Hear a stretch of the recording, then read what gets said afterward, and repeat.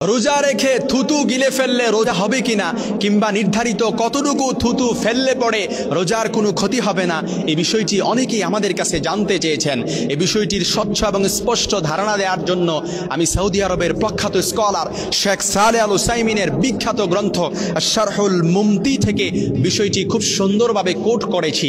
একজন রোজাদার বান্দা যখন সারাদিন রোজা রাখে, সে যখন পানাহার থেকে বিরত থাকে, তার মুখে দেখা যায় প্রায় ঘন ঘন লালা কিংবা থুতু আসে, যেটা নিয়ে অনেকেই বিভ্রান্তিতে ভোগেন যে এই মুহূর্তে আমি দেখা যায় এমন সিচুয়েশনে আছি যে আমি থুতুটা ফেলতে পারবো না কিংবা লালাটা আমি ফেলতে পারবো না। আমি যখন মসজিদে থাকব, আমি যখন কোনো মজলিসে থাকব, তখন এই থুতু কিংবা লালাটা যদি আমি গিলে ফেলি তাহলে আমার রোজার কোনো ক্ষতি হবে কিনা, কিংবা নির্ধারিত থুতু কিংবা লালা এর নির্ধারিত কোনো পরিমাণ আছে কিনা যে এতটুকু পরিমাণ গিলে ফেললে পরে রোজা হবে না এবং এতটুকু থুতু ফেললে পরে রোজাটা পুঙ্খানুপুঙ্খভাবে হবে। এর সঠিক সমাধান পাওয়ার জন্য অনেকেই আমাদের কাছে প্রশ্ন করেছেন।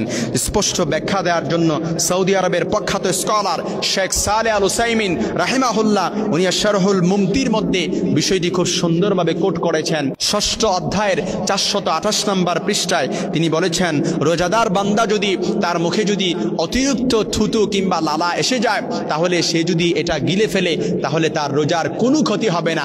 এক্ষেত্রে যদি অত্যাধিক পরিমাণ বেশিও হয় থুতুটা, এর পরিমাণ বেশি হলেও ওইটাও গিলে ফেললে তার রোজার কোনো ক্ষতি হবে না। তবে সতর্ক হচ্ছে, সেটা যদি কফ হয় তাহলে এই কফটা গিলে ফেলা তার জন্য নাজায়েজ। কারণ এই কফ এমনও হতে পারে এই কফটা দ্বারা তার শরীর থেকে এমন কিছু জীবাণু নিঃসরিত হয়েছে যেটা গিলে ফেললে পরে তার জন্য মারাত্মক ক্ষতি হতে পারে। এজন্য এই কফটা গিলে ফেললে তার জন্য এটা নাজায়েজ হবে। তবে এই কফটাও যদি সে গিলে ফেলে তবেও এটার দ্বারাও তার রোজার কোনো ক্ষতি হবে না এবং রোজাটা ভঙ্গ হওয়ার জন্য স্পষ্ট কোনো কারণও হবে না। এজন্য অনেকেই আমাদের কাছে এই প্রশ্নগুলো করেন। তবে এটা অবশ্যই ভালো লাগার বিষয় হচ্ছে, কারণ একজন রোজাদার বান্দা সে যখন সারাদিন রোজা রাখবে, রোজা রাখার পর সে যখন পানাহার থেকে বিরত থাকে, যদি তাকে প্রশ্ন করা হয় কার জন্য, তখন সিম্পল আনসার যে I have the fear of Allah in my heart, আমার ভেতরে আল্লাহর ভয় আছে, আল্লাহর ভয় আছে।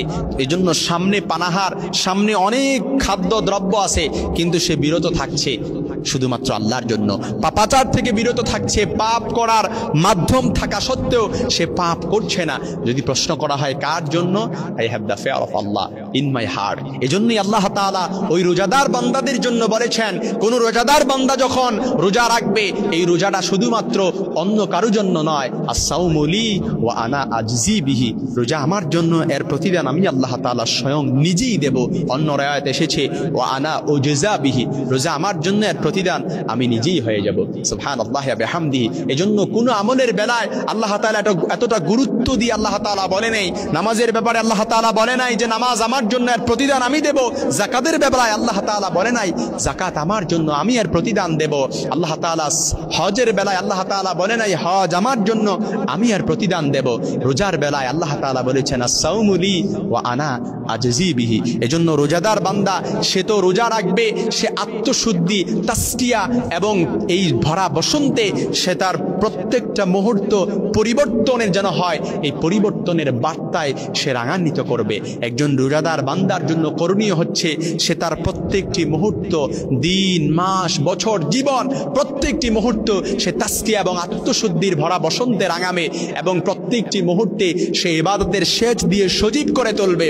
কেননা কালিমা মাখা অন্তরকে সে কালিমা মুক্ত করবে, সে তার গুনাহের অন্তরকে সে গুনাহ মুক্ত করবে। প্রত্যেকটা মুমিনের জন্য করণীয় হচ্ছে, এই ভালোবাসার মাসে, এই তাকওয়ার মাসে সে আমলের নূরে নূরান্বিত করবে, সে তার আমলের ঝুলিকে সে পরিপূর্ণ করবে। এটাই হচ্ছে রোজাদার বান্দাদের জন্য করণীয়।